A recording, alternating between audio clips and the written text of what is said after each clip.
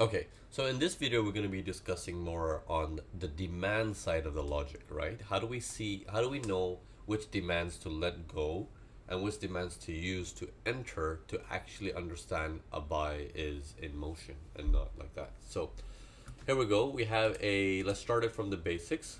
The move moves up here and we're like, okay, according to buyers and sellers situation, it's like, okay, he broke above this. That's a breach, so that's buyer's territory. And if that's buyer's territory, the guy who started it, right here. Okay, simple as that. Let's go into a lower time frame. So I'm going to go one time frame lower. I'm going to scroll to that area. There we are. Okay, now I see a demand right here. We've got a rise, base, rise. There's a demand right there. Now this demand looks fairly nice. If I would have bought that, could have made some money, right? It looks like that, doesn't it? It's like, oh yeah, so easy, so simple, so clean. Okay, but now buying this demand, this one happens to work, but does it take off? No. Okay, these are one of the rare occasions that the demand on the first try will work. Okay, and even if you do buy this, we might be thinking, well, maybe this supply is going to stop me, so I need to exit right here. Okay, so that's like, well, what am I making then? Just a simple 2R here? Okay, let's take a look at it in a different way now. In this process where the market goes up and it starts to pull back, okay, I'm going to draw that line of a pullback. Does that make you turn seller yet? No, because it's the same area. To them, oh, that's support equals resistance. Why should I turn seller? I know it's obviously a buy. I can clearly see it. So why would I be a seller? I'm a buyer. So if you're a buyer, I'm a buyer, everyone's a buyer, well, how are we going to make any money? So the big boy needs more sellers. It's not ready to go yet because there's not enough sellers. Okay, what happens after the next stage as the prices start to go lower and lower and lower and lower? But look at this, just lower, low enough to cause panic and make people say, it's not a buy, it's a sell. Okay, it's not a buy, it's a sell. This is what's going to do is we're going to be looking to the left now and saying, well, is there anything here that we can start spotting our eye now, saying that I need some demand right now to take care of me. Okay, so we got a demand right here also. Right here. Okay, you activate the demand from there. Okay, the reason why I drew it like that, let me show you. In case it's because it's like, well, why so many candles? Why'd you take the tail? Why'd you take the body and all that stuff? Let me show you on the 1 hour chart. Okay, it's just a drop, base, rise. I'm just containing that. That's all I'm doing. Okay, if you want to take this whole thing, you can do that as well, but that's just not necessary. What I mean by the whole thing is, if you say rise, base, rise, you can do that as well. But yeah, I'm just doing it for precision. I'm just taking this area here. Okay, so again, I don't, and also the whole concept of this is I don't want you to focus on supply and demand. You know, I'm going to teach you better ways as we get further and further, but I want you to look at supply and demand knowing that there are areas where the market likes to react from. Okay, so I want you to know that stuff, but I don't want you to change the way you think on how a trade works. Okay, like I said, I will, as time proceeds, as we go into more and more videos, I'll teach you better ways to do things.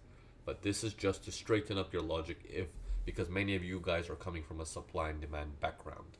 So if you are, then you know, props to you, because you got a head start. But at the same time, this is how you filter it out to make sure you get rid of all the nonsense. Okay, anyways, so markets are coming down lower and lower. Now you're like, oh yeah, I can do this. But now I don't care about the supplies that can stop me ahead of me, because I know I'm at that stage where I can actually allow the market to kick off.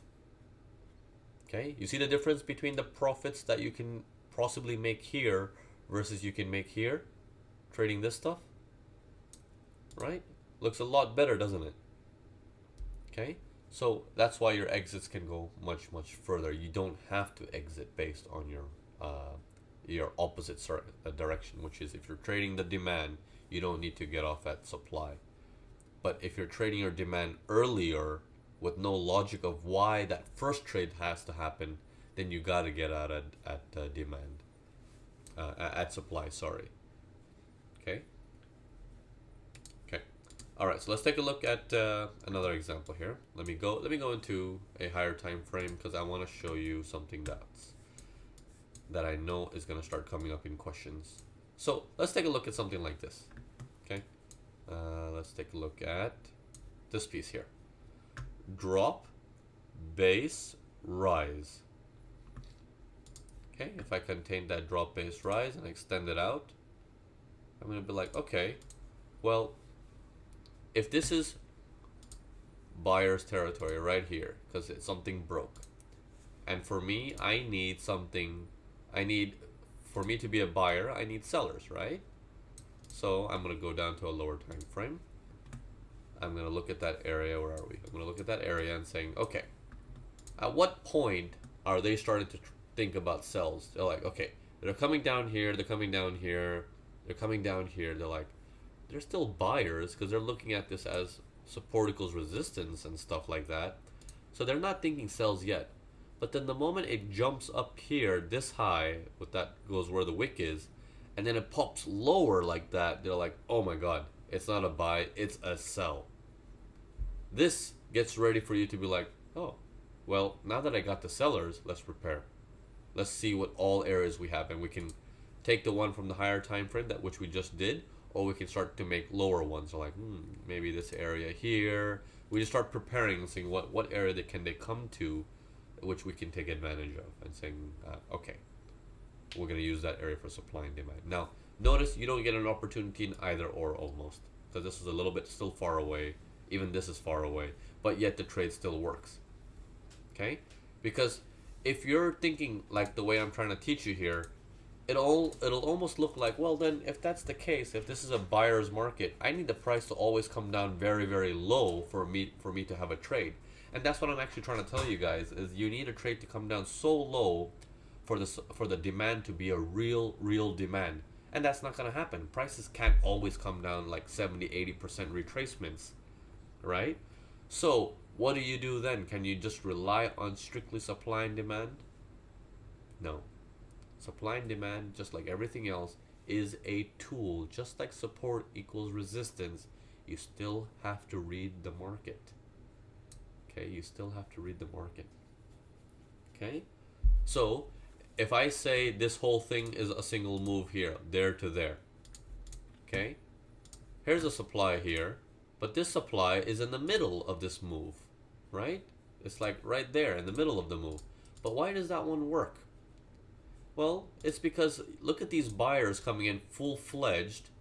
People are still thinking sells, but then as the buyers get more and more aggressive, this is changing the people's perspective of, I don't think it's a sell anymore. I don't think it's a sell anymore. I think it's a buy.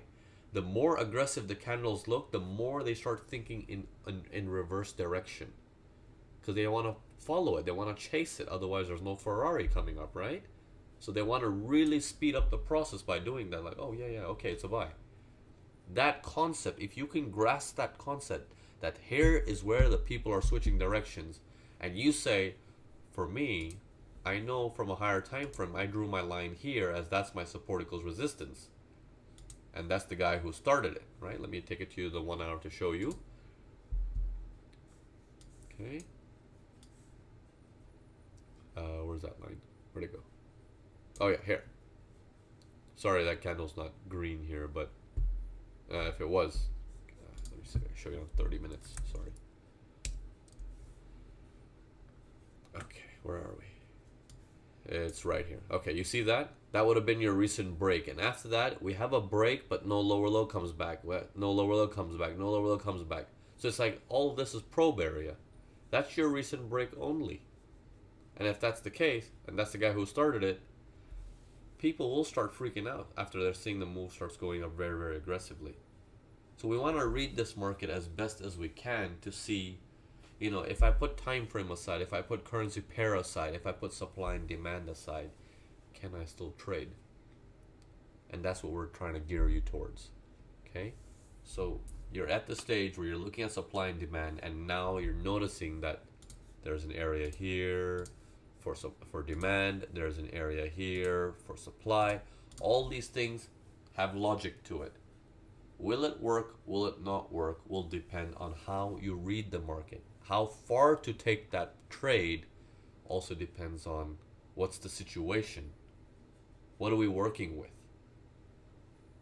Okay, so if I was to say this whole thing is an up move, all of this, for example, just for a second, notice this 30-minute chart. So let's say I cover this time frame and I say this whole thing is one move. Let's say it's one, everything is green, green, green, green, green. Okay. Now along the way we had some on this time frame. Okay, on a higher time frame it would be all green. On this time frame we had an up move, a pullback, up move, a pullback, and up move, followed by a crash later on. Now this up down movements is going to create people to continue to do the up down movement. Okay, to follow it. They're going to continue, oh, give me a pullback, I'll buy it. But as this pullback starts to crash to a point where this doesn't look like any logic anymore, and they're like, I don't think that's a sell anymore. I don't think that's a buy anymore. It's going beyond that. That must be a sell. And as you grasp that information, you're like, perfect. I got my drop, I got my base, I got my rise, I got a demand in here. And you're like, this now has a higher chance of succeeding. Okay, I don't need to get off at my supply. I can go further.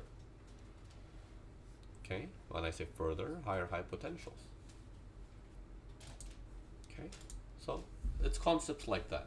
You want to know the logic of the market to use supply and demand. Okay, so we're gonna leave it to that. I need you to look at this stuff, practice this a little bit more. Again, like I told you guys last week, I'm gonna start letting go one finger at a time. So this stuff may seem a little bit difficult, but if you practice it, you'll truly notice that it's not difficult. It's just saying, show me the opposite party. Master that for this week. Master the idea of, is the opposite party there? Yes or no? If it's not there and they're selling and you're selling, there's no money to be made. It's too high risk. The market will poke. It'll pop, it'll swing at you. Okay? And next week we're going to go into some examples, some more examples on supply and demand, supply areas, demand areas. Put that together with buyers and sellers and all that stuff. We'll go into a little bit more detail. Okay? See you guys next week.